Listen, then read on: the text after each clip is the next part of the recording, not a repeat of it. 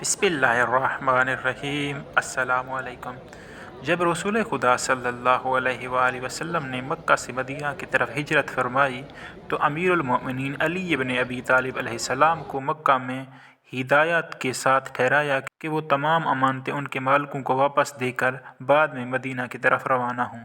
حنظلہ ابن ابو سفیان نے عمیر بن وائل سے کہا کہ تم علی کے پاس جاؤ اور ان سے کہو کہ میں نے 100 مسکال سرخ سونا آپ کے پیغمبر صلی اللہ علیہ وآلہ وسلم کے پاس امانت رکھا، وہ تو مدینہ چھوڑ کر فرار ہو گئے، ان کے بعد تم امین ہو، تو میری امانت مجھے واپس کرو، اور دیکھو اگر علی تم سے گواہ طلب کریں تو میں قریش کی جماعت لے کر ان سے تمہاری صداقت کی گواہی دوں گا۔ عمیر ذاتی طور پر یہ کام نہیں کرنا چاہتا تھا، لیکن حنظلہ نے اسے تھوڑا سا سونا اور اپنی ماں ہند کا ہار دیا اور اس سے کہا کہ علی کے پاس جاؤ اور علی سے 100 مسکال سونے کا مطالبہ کرو۔ عمیر حضرت علی علیہ السلام کے پاس آیا اور اپنی امانت کا دعویٰ کیا۔ حضرت علی علیہ السلام نے اس سے پوچھا کہ کوئی گواہ ہے تیرے پاس؟ اس نے جواب دیا، جی ہاں، ابو جہل، اکرمہ، عقبہ، ابو سفیان اور حنظلہ میرے گواہ ہیں۔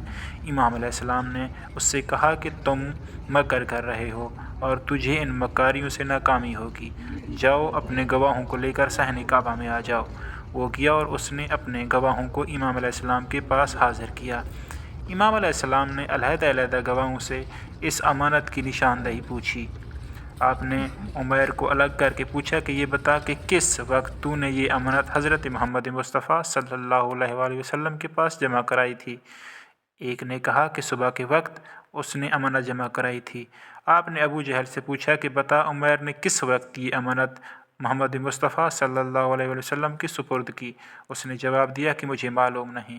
پھر آپ نے ابو سفیان سے یہ سوال کیا تو اس نے جواب دیا کہ وہ غروب آفتاب کا وقت تھا جب محمد مصطفیٰ صلی اللہ علیہ وآلہ وسلم وہ امانت اٹھا کر اپنی آستین میں رکھی۔ پھر آپ نے یہی سوال حنظلہ سے دہرایا تو اس نے جواب دیا کہ وہ ظہر کا وقت تھا جب اس نے اپنی امانت حضرت محمد مصطفیٰ صلی اللہ علیہ وآلہ وسلم کو جمع کرائی۔ اس کے بعد آپ نے یہی سوال عقبہ سے پوچھا تو اس نے جواب دیا کہ وہ عصر کا وقت تھا اور حضرت محمد مصطفیٰ صلی اللہ علیہ وسلم وہ امانت اٹھا کر گھر کی طرف چلے گئے۔ آپ نے یہی سوال اکرمہ سے پوچھا تو اس نے جواب دیا کہ اس وقت دن چڑھا ہوا تھا۔